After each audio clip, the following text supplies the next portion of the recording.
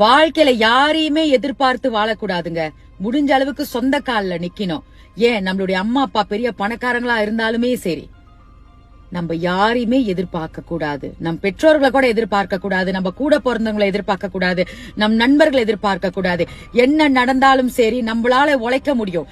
எல்லாத்துக்கும் கடவுள் அதே கை கால தானே கொடுத்திருக்காரு. ஒரு மனுஷன் நினைச்சா எத்தனை ஆயிரம் வேணாலும் சம்பாதிக்கலாம். அதற்கு தேவை கடின உழைப்பும் நேர்மையான பாதையும் மட்டும்தான். நம்ம குடும்பம் தான் நமக்கு இருக்காங்களே, என்ன நடந்தாலும் பாத்துக்குவாங்கன்ற அலட்சியம் வந்துருச்சுன்னா அந்த இடத்துல நீங்க மரியாதை இழந்து போயிருவீங்க. ஒரு மனுஷன் தன் சுய மரியாதை இழந்துதான் அந்த பணத்தை எடுக்கணுமா? அப்படிப்பட்ட பணமே நமக்கு தேவையில்லை.